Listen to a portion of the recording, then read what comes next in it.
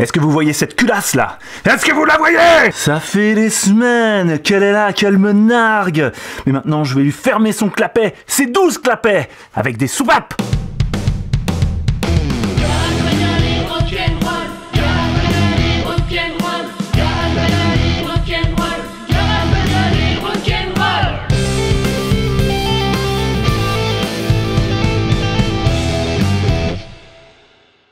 Salut à tous, bienvenue sur Garage Bagnole et Rock'n'Roll. Le projet Hyundai Accent continue. J'en suis à la phase remontage, c'est toujours très excitant.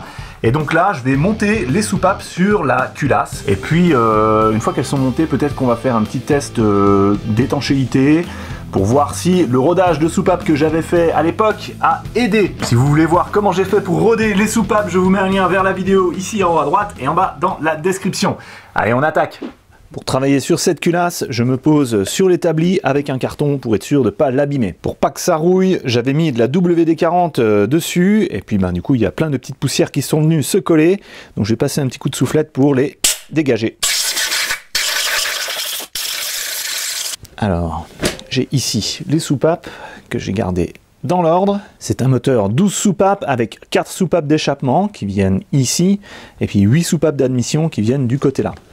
Donc vous pouvez voir, c'est 3 soupapes par cylindre, une d'échappement, 2 d'admission.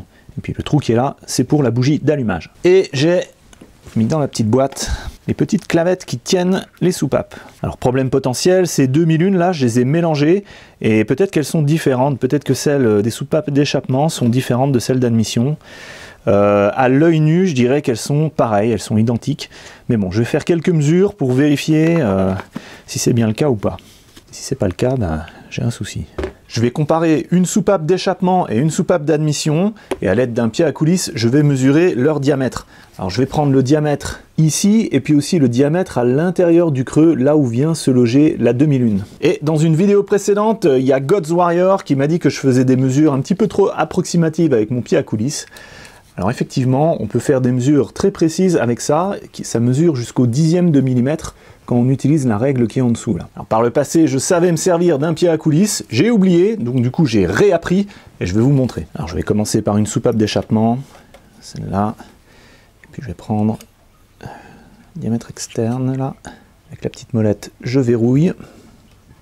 Hop. Et maintenant je peux faire une lecture tranquille. Donc là, ici, je vais regarder le 0 qui est en bas. Alors, il y a 2 échelles, hein. Celle du dessus, c'est en pouces, et on va se concentrer sur celle du bas, qui est en centimètres. Donc, ici en bas, je regarde le 0, et je vois qu'il est à un petit peu moins de 6 mm. Donc, en fait, c'est 5, quelque chose. Et pour connaître le chiffre qui vient après la virgule, eh bien, j'utilise la petite règle qui est en dessous ici. Vous voyez que c'est numéroté de 0 à 10. Et on regarde chaque petit trait en dessous et on essaye de trouver un petit trait qui est pile en face du trait de la règle principale, si vous voulez, la grande règle. Et là, moi, je vois que c'est celui qui est juste au-dessus du 9, là, juste au bout de mon doigt. C'est pas forcément évident de vous le montrer avec l'éclairage, là. Donc là, je dirais qu'on est à 5,9 mm. Ok, je compare avec une soupape d'admission. Ok, donc là, mais écoutez, ça m'a l'air d'être pareil, hein. On est un petit peu moins de 6 là, au niveau du 0. Et quand on regarde en dessous les petits traits de la règle du bas, au niveau du 9, on est pile en face. Donc on est aussi à 5,9. Ok, maintenant, je vais mesurer, alors là, ça va être peut-être un peu plus dur. Je vais mesurer le diamètre qui est dans le petit creux là, et donc je vais aller... vous voyez que c'est pas symétrique, hein, donc je vais prendre... je vais essayer de trouver l'endroit le plus creux en fait. Hein. Alors, hop, je bouge un petit peu comme ça. Et là, je lis 4 mm,5. Maintenant, à l'admission, ça a l'air pareil, hein, 4 mm,5. Ok, là ça a l'air d'être pareil. Donc, eh ben, c'était pas un fail. Je vais pouvoir remettre les 2001. Quand j'avais démonté ces soupapes, la culasse elle était dans l'autre sens. Elle était comme ça. Donc avec échappement de votre côté et admission par ici. Je vais remonter une soupape d'admission, donc je vais réutiliser mon compresseur de ressort de soupape et je vais prendre celle-là, donc qui correspond à celle-ci. Toc. Voilà, sur cette soupape, j'ai gardé le ressort avec les deux coupelles. Alors le ressort, il a un sens, hein, c'est-à-dire que il doit se monter comme ça et pas à l'inverse. Donc c'est très important au démontage de toujours bien conserver le sens.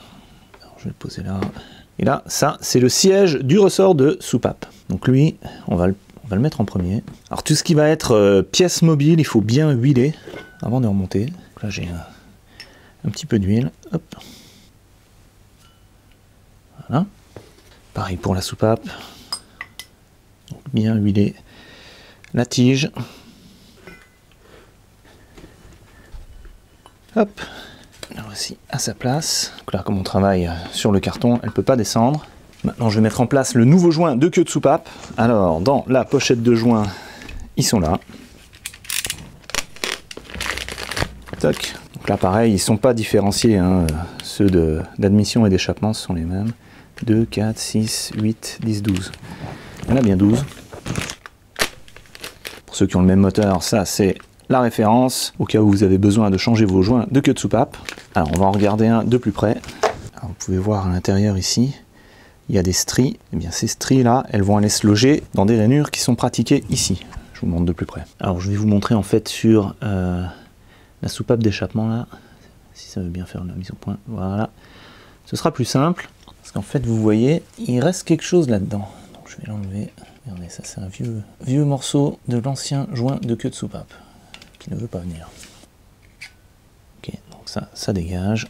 Et là, vous pouvez bien voir le creux qui est là, la rainure qui est là. Donc ça, c'est pour tenir le joint de queue de soupape. Et donc quand il va se mettre là-dessus, en poussant, on devra entendre un clic. Alors ces joints-là, le plastique qui est dedans, il est prévu pour travailler dans l'huile. Hein. Donc on peut le huiler légèrement. Pareil au-dessus. Voilà. Aussi, autre chose d'important, si jamais vous avez une soupape qui a des stries ici, vous risquez d'abîmer l'intérieur de ce joint de queue de soupape. Hein. C'est comme un petit joint spi. Donc la lèvre qui est là à l'intérieur, il ne faut surtout pas l'abîmer. Donc là, dans mon cas, il y a juste une rainure et elle est assez douce. Au toucher, on sent que ça va. Donc je pense que je peux l'insérer comme ça. Sinon, il y a des petits capuchons en plastique à mettre dessus. Voilà.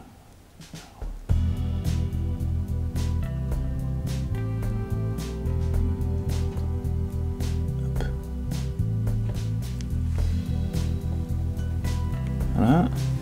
Maintenant, je le clipse. Bon, vous n'avez pas entendu, mais là, il est bien au fond. Donc la soupape est là. Travailler comme ça. Ok, maintenant je vais mettre en place le ressort sur la soupape. Donc pour ça, je vais avoir besoin de mon compresseur de ressort.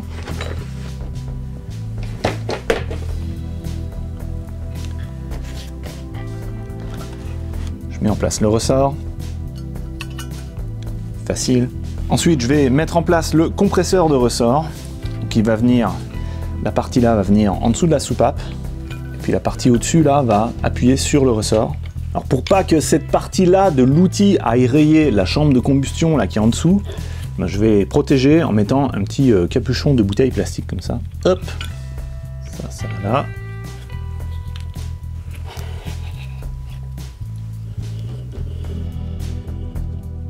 Voilà.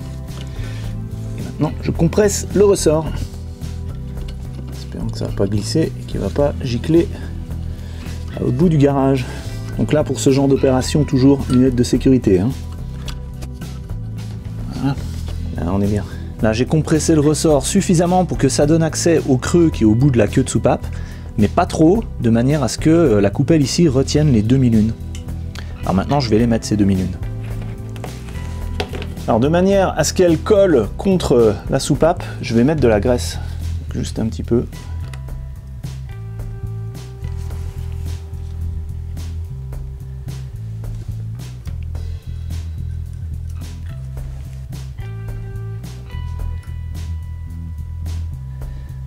Une. Est-ce que l'autre a la place pour rentrer de l'autre côté? Non. Il faut que je compresse plus.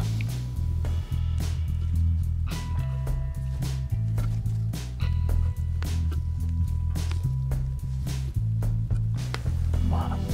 Et maintenant Maintenant je décompresse.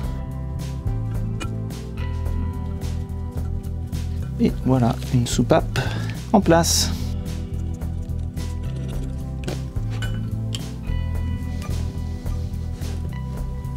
Ok, ensuite il faut vérifier que les deux demi-lunes sont bien en place. Ah bah, ça a l'air d'être le cas. Ok, suivante, je vais faire la soupape d'échappement qui est là.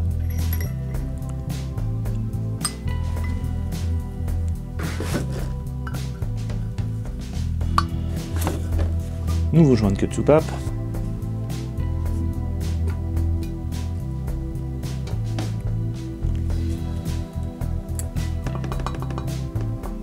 Là, il faut vraiment bien faire attention que le joint de queue de soupape est bien mis jusqu'au bout, parce qu'avec les vibrations, les mouvements de la soupape, ben, il risque de se décrocher.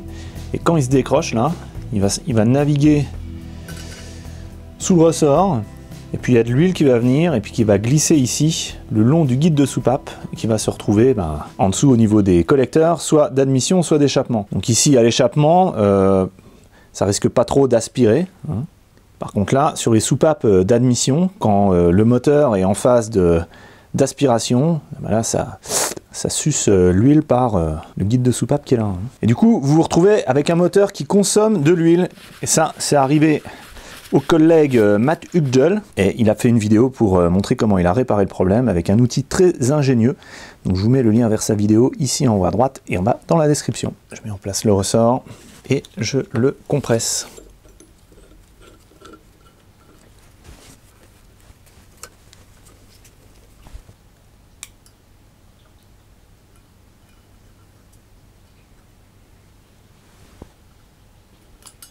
Oh non. C'est bon, elle n'est pas allée loin. Il faut pas mal de dextérité pour faire ce travail. Puis y aller tranquillement. Ok, je vais compresser plus.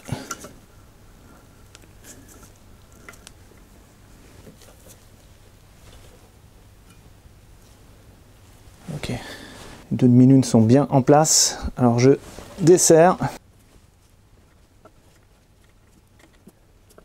Et voilà. Ok. Voilà, vous avez compris le principe, je fais les 10 qui restent. Garage bagnole, les rock'n'roll.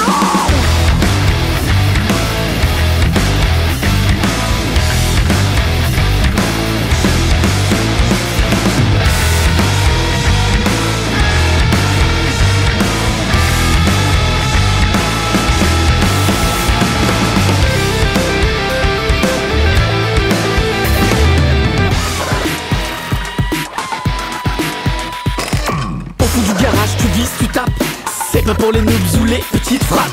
Tu prends ton gun pour déboulonner, tac les dynamos pour bien serrer. Tac et c'est cassé pour y rouiller, c'est pas un problème, tu sais réparer. Sur GBRNR t'as tout maté, le contrôle technique, une formalité. Sur la route je voudrais un jour voyager sans problème en liberté. Sur la route je voudrais un jour m'évader, mais pour ça faut réparer.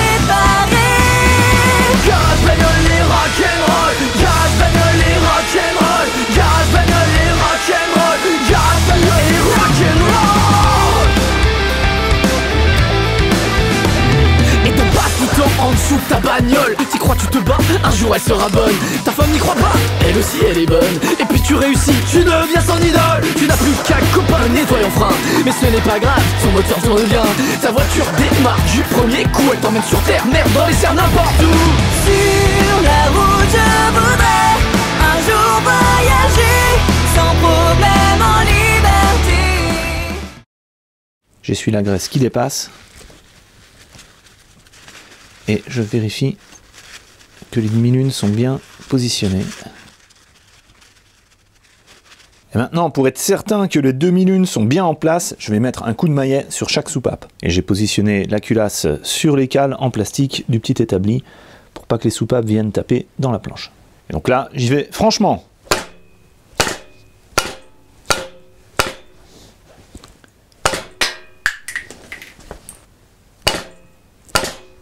On peut voir les marques. Hein. Et voilà.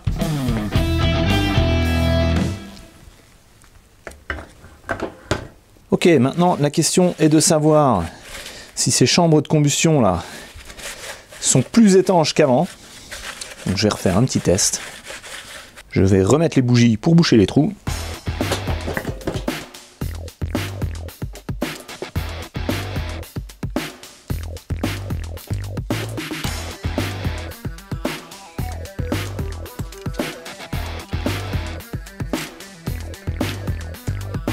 Alors comme je l'avais fait au moment du démontage, je vais faire un petit test d'étanchéité de la culasse. Donc c'est pas un super test, hein. Si on veut vraiment tester une culasse, il faut faire une mise à l'épreuve en atelier. Je vais une fois de plus utiliser de l'eau distillée. Alors il y en a pas mal dans les commentaires parmi vous qui m'ont recommandé de plutôt utiliser de l'essence ou du gasoil. Alors oui, c'est possible aussi de faire le test avec essence ou gasoil. Je préfère utiliser de l'eau parce que l'eau, la molécule d'eau, H2O, elle est très petite et elle s'infiltre partout. Donc s'il y a un problème, on le voit bien avec l'eau. En plus de ça, l'eau, elle n'aime pas trop l'huile. Quand vous mettez de l'eau et de l'huile dans un même récipient, l'huile monte, l'eau descend. Alors je remplis les 4 chambres de combustion avec de l'eau. Ma culasse n'est pas horizontale là. Ah.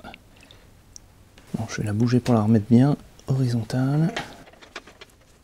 Voilà, c'est déjà mieux. Ok, ça va le faire. J'espère que vous voyez bien l'eau dans chacune des chambres de combustion. Je mets un petit réveil et on regarde ce que ça donne pendant quelques heures.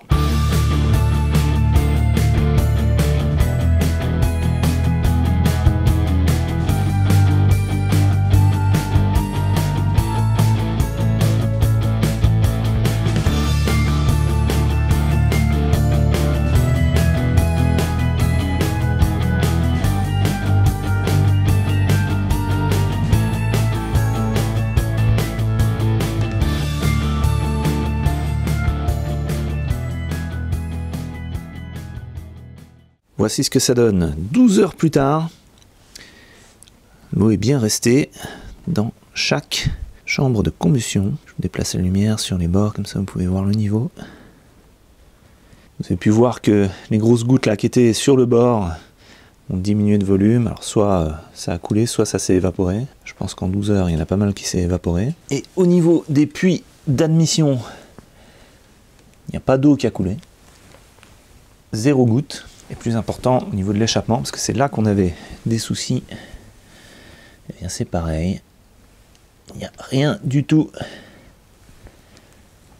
Donc là, je dirais que c'est bon, avec ces soupapes rodées, et bien c'est un peu plus étanche qu'avant.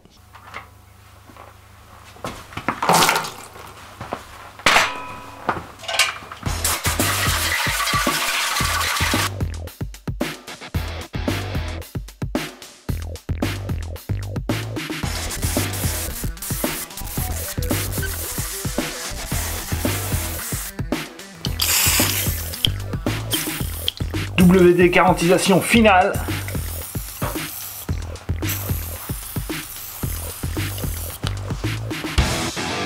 Voilà, cette culasse, je lui ai bien fermé ses clapets. Maintenant, pour la remettre sur le moteur, il y a encore du travail. Il va falloir que je remette l'arbre à cam, les rockers, les poussoirs hydrauliques. Tout ça, ce sera pour une prochaine vidéo. D'ailleurs, si vous êtes arrivé jusque-là dans cette vidéo, c'est que ça vous intéresse, donc abonnez-vous pour ne manquer aucun des épisodes à venir et activez la cloche pour recevoir les notifications. Allez, je vous dis à la prochaine sur Garage Bagnole et rock'n'roll!